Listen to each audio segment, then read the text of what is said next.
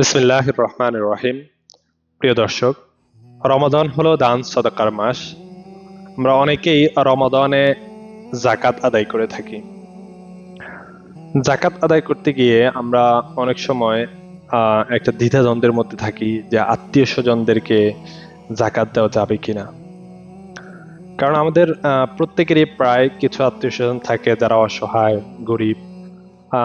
আমরা তাদেরকে জাকাত দিই না, অর্থাৎ এটা ইসলামের জায়েজ নাই এই কথা মনে করে তাদেরকে জাকাত দিই না, বা তারা কি মনে করবেন, এ বিভিন্ন কারণে আত্মীয় স্বজনদেরকে জাকাত দেওয়া হয় না, জাকাতের অংশ তাদেরকে দেওয়া হয় না।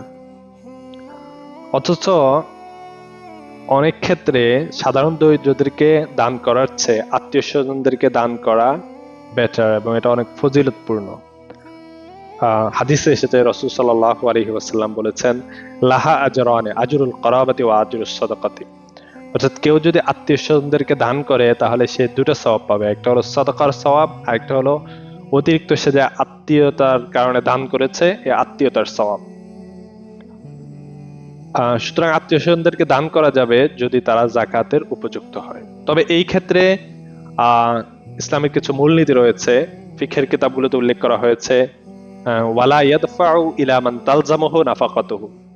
আচ্ছা, যাদের ভরণ পোষণের দায়িত্ব আপনার উপর তাদেরকে জাকাত দিতে পারবেন না, কারণ তাদেরকে জাকাত দেওয়া মানে জাকাতের টাকাটা ঘুরে ফিরে আপনার পকেটে আসছে। সুতরাং তাদেরকে জাকাত দেওয়া যাবে না। আরেকটি স্পেসিফিকলি বললে ফিকহের কিতাবগুলোতে বলা হয়েছে যে ওয়ালা ইয়াদফাউ ইলা আসলিহি ওয়া ইন আলা ওয়া ফারহি ওয়া ইন সাফালা। অর্থাৎ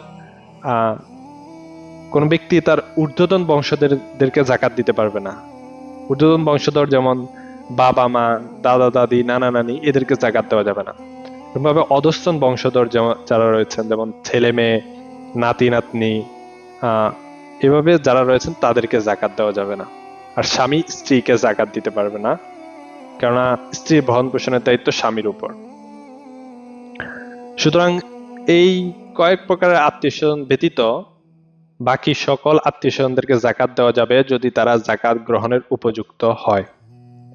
প্রিয় দর্শক, এই ক্ষেত্রে আরেকটি বিষয় লক্ষণীয়, সেটি হলো জাকাত দেওয়ার সময় আপনি এটা উল্লেখ করার প্রয়োজন নেই যে এটা আমি তোমাকে জাকাত হিসেবে দিচ্ছি।